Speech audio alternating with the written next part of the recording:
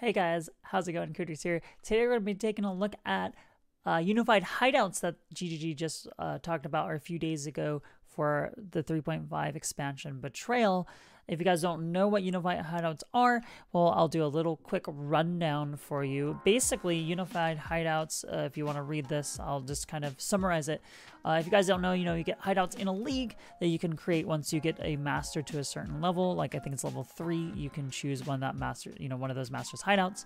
And the way it used to work was you would have to level up one master level 3 to get the hideout, and then I think at level, it was like 3, and then level 5 you could upgrade to a medium hideout, and then level 7 of that same master you can upgrade to a large hideout. And depending on how large your hideout was how big the area was. With also the thing tied to it was the fact that you can invite more and more masters to it. Well, they're actually going to be removing all of that. I'm not too sure about the minimum level to create a hideout in the league, but they're going to be taking away the fact that you're going to have, I think, the whole area right off the bat.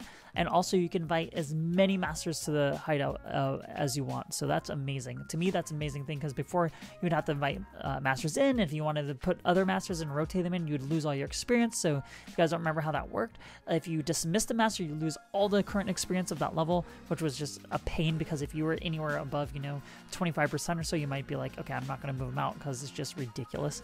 But yeah, they're getting rid of all of that, which is great. And another thing too is that a lot of people really like to decorate their hideouts, but you'll notice that most of the time people who really go over the top and above and beyond for the decorations are people in standard league. And the reason why is because of the fact that if you play from league to league, you lose all of your hideout settings, all of your changes, right? Across league, they don't save. That's a big problem for a lot of people who ever wanted to kind of look into, decorating their hideout. It's just not really worth their time unless they really, really like to do that. And that was one of the things that was a big deterrent for me for not wanting to ever decorate my hideout in leagues.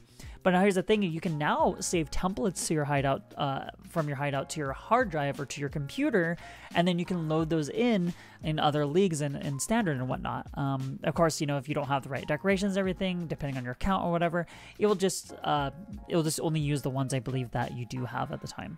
So that's a really cool thing. So now cross league, basically, where you can either from standard you can build your hideout and try to import into league, which would be kind of hard to do.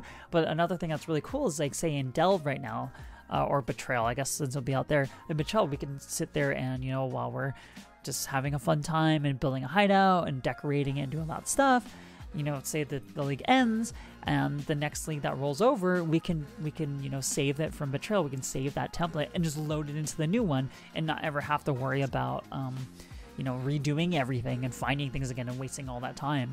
And you just keep on building on and on and on to your hideout, so it becomes this like grandiose thing, which I think is really, really cool and way better than how it worked before. So I don't know, I'm kind of excited. I don't know if I'm really going to build a hideout, because I always say, oh, I would do it with this XYZ, but this definitely gives you more incentive for sure.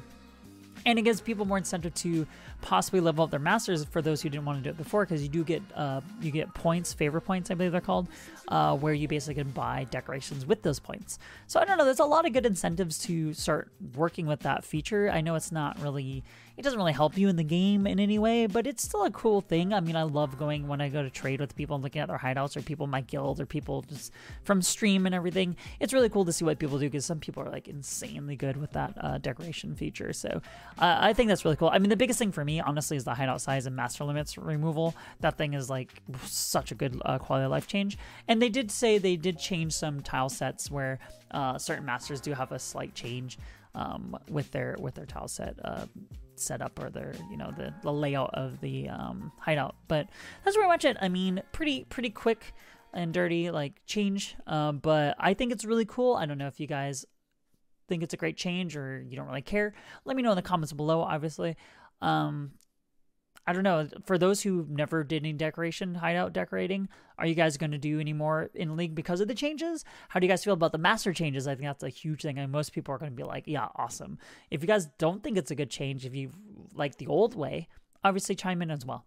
That's pretty much it. Like I said, leave a thumbs up if you like the video, sub to the channel, hit the notification button, all that cool stuff, and do remember to do big, do good, and do you, and I'll see you guys in the next video.